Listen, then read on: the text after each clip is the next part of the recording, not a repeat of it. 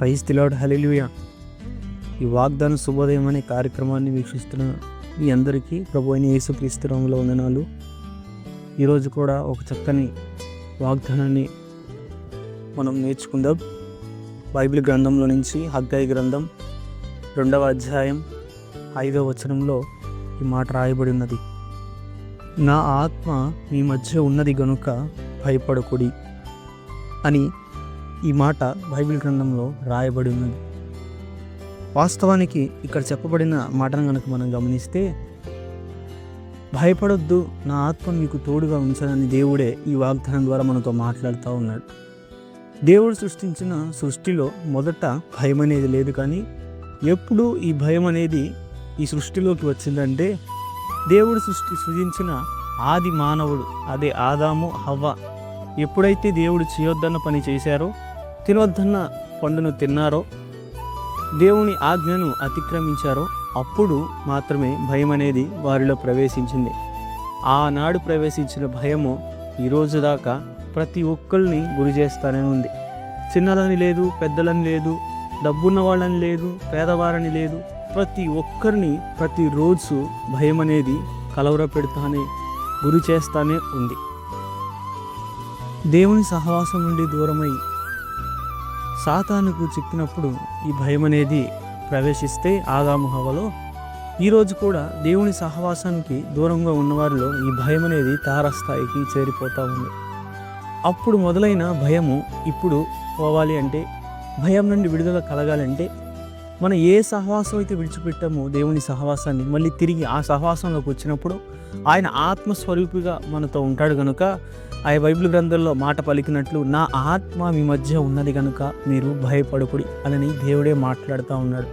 కాబట్టి మనం ఎటువంటి పరిస్థితిలో ఉన్నామో, రేపటిని గూర్చిన చింత మనకి ఏదైతే ఉందో, రేపటిని గూర్చిన కలవరం, రేపు ఏం జరుగుతుందో, కొన్ని రోజులకి ఏం జరుగుతుందో, నా పిల్లల స్థితి ఏంటో, నా భర్త భవిష్యత్తు ఏంటో, నా కుటుంబ పరిస్థితి ఏంటో అని ఎవరెవరైతే ఆలోచిస్తూ ఉన్నారో, భయపడతా ఉన్నారో, వారితో దేవుడు మాట్లాడుతూ ఉన్నాడు.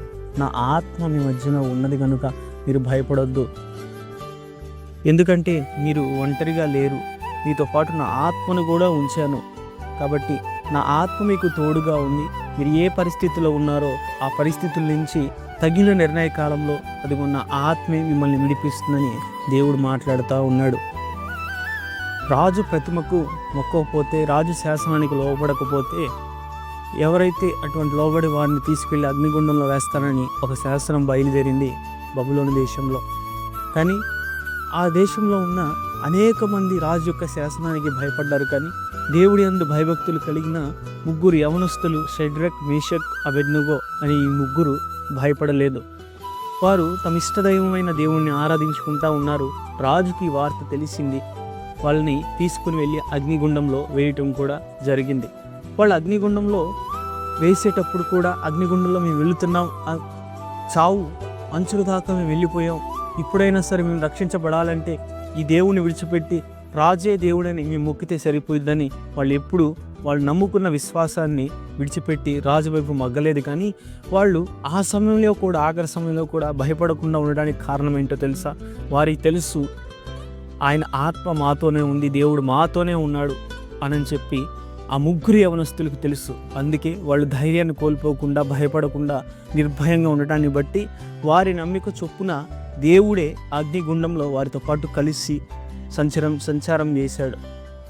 కాబట్టి ఇప్పుడు మీరు ఎదుర్కొంటున్న పరిస్థితులు ఏమైతే ఉన్నాయో అవి మీరు ఒంటరిగా పోరాడుతున్నట్టు కాదు, కానీ ఒంటరిగా మీరు వీటిని ఫేస్ చేస్తున్నామని చాలామంది అనుకుంటూ ఉంటారు. కానీ ఆయన సెలవిస్తూ ఉన్నాడు, నేను ఉన్నాను.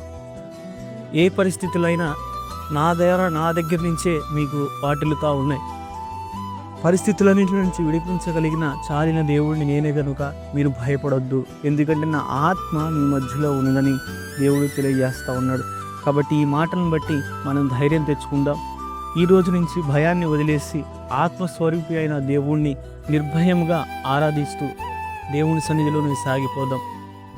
దేవుడి చిన్ని వాక్యాన్ని దీవించి మనలో ఉన్న భయాన్ని విడిపించునుగాక. ఆమేన్. వందనాలు.